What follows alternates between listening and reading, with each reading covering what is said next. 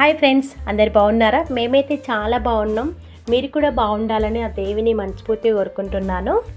So ఏదైనా festival వచ్చినప్పుడు మనకి ముందుగా గుర్తొచ్చేది ఈ మురుకులే కదండి.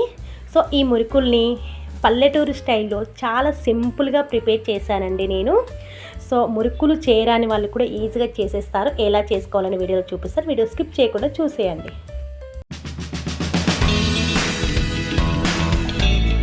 ముందుగా 2 కిలోల రేషన్ బియ్యం తీసుకున్నాము. మీరు కావాలంటే సోనమసూరు బియ్యం కూడా తీసుకోవచ్చు.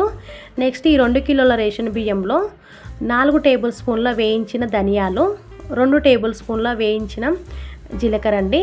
వీటిని తీసుకొని కలుపుకోవాలి రేషన్ బియ్యంలో. మీరు కావాలంటే వేయించకుండా పచ్చివైనా తీసుకోవచ్చు. ఈ విధంగా ధనియాలు జీలకర్ర వేయించి తీసుకోవడం వల్ల ఇంకొంచెం టేస్ట్గా వస్తాయి అన్నమాట మురుకులు. నెక్స్ట్ 1/2 కేజీ శనగపప్పు తీసుకోవాలి. ఇది వేయించే అవసరం ఏం లేదు, పచ్చివే తీసుకోవాలి. అంటే 2 కేజీల రేషన్ బియ్యానికి 1/2 కేజీ శనగపప్పు సరిపోతుంది. నెక్స్ట్ ఇందులోనే సగ్గు బియ్యం కూడా వేసుకోవచ్చు అండి. నేనైతే సగ్గు బియ్యం అయితే ఏం వేయలేదు, జస్ట్ అలా సింపుల్గా చేసేసాను. ఇంట్రెస్ట్ ఉంటే సగ్గు బియ్యం కూడా వేసుకోవచ్చు, ఒక 5-6 టేబుల్ స్పూన్ల వరకు. ఇప్పుడు వీటిని బాగా కలుపుకొని ఇప్పుడు ఈ బియ్యం పప్పుని మెత్తగా పౌడర్ తయారు చేసుకోవాలండి. నేనైతే మిల్లుకి వేసి మెత్తగా పిండి తయారు చేయించాను. లేదంటే మిల్లు కాకుండా ఇంట్లో మన గ్రైండర్స్ ఉంటాయి, గ్రైండర్లో కూడా వేసుకొని మెత్తగా పిండి రావాలన్నమాట. ఇదిగో పిండి ఈ విధంగా మెత్తగా తయారు చేసుకున్నాక ఇందులోకి 5-6 టేబుల్ స్పూన్ల వరకు నల్ల నువ్వులు, ఒక 2 టేబుల్ స్పూన్ల వరకు వాము వేసుకోవాలండి, అరుగుదల కోసం వాము. నెక్స్ట్ ఒక 2 టేబుల్ స్పూన్ల వరకు కారం అండి. కారం అయితే మీరు చూసి వేసుకోండి.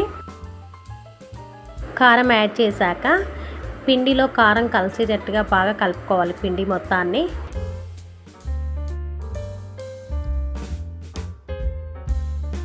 నెక్స్ట్ పిండి కలుపుకోవడానికి ఒక గిన్నెలోకి నీళ్ళని తీసుకొని ఆ నీళ్ళల్లో రుచికి తగ్గట్టుగా సాల్ట్, 2 టేబుల్ స్పూన్ల అల్లం వెల్లుల్లి పేస్ట్ వేసుకొని బాగా కలుపుకోవాలి ఆ నీళ్ళల్లో కలిసేటట్టుగా.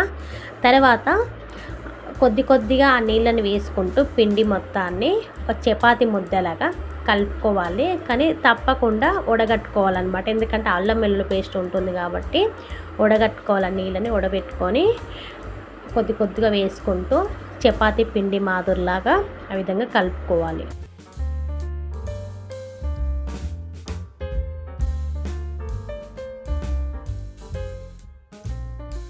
ఇదిగో ఫైనల్గా పిండి ఈ విధంగా కలుపుకొని పక్కన పెట్టుకోవాలి. ఇప్పుడు ఒక కడాయిని పొయ్యి మీద పెట్టేసి ఆ కడాయి వేడయ్యాక అందులోకి ఆయిల్ వేసుకోవాలి. ఆయిల్ బాగా వేడవ్వాలి, అలా అని ఎక్కువ వేడి కావద్దు. ఒక 70% వరకు వేడైతే సరిపోతుంది.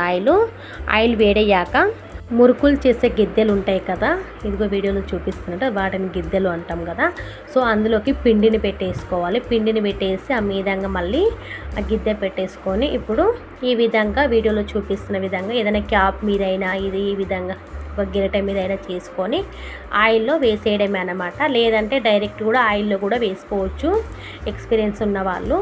లేదంటే ఇలా ఒక గిరట మీద అయినా మూత మీద అయినా వేసుకొని ఒక్కొక్కటిగా అలా అది మన తీసుకునే కడాయిని బట్టి అందులో ఎన్ని సరిపోతాయి అనేది వేసుకోవాలి. ఇప్పుడు వీడియోలో చూపిస్తున్నాయి ఇంతేనండి. ఇంకా నెమ్మదిగా చేసేసుకోవడమే.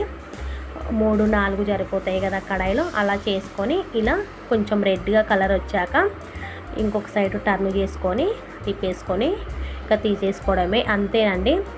ఇలానే సింపుల్గా చేసుకోవచ్చు. ఎక్కువ ఇంగ్రీడియంట్స్ కూడా ఏం వేయలేదు కదా, చాలా సింపుల్గా చేసాము. సో చాలా బాగుంటుంది టేస్ట్ అయితే, తప్పకుండా ట్రై చేయండి. ఇంకెంతేనండి, పిండి మొత్తం ఇంతే చేసుకోవాలి. 1 by 1 చేసుకొని ఇంకా టేస్ట్ చేయడమే. ఇదిగో మేమైతే ఇవి చేసామండి.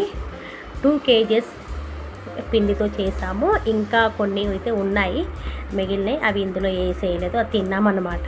సో ఇంతేనండి. వీడియో మీకు నచ్చినట్టయితే లైక్, షేర్, కామెంట్.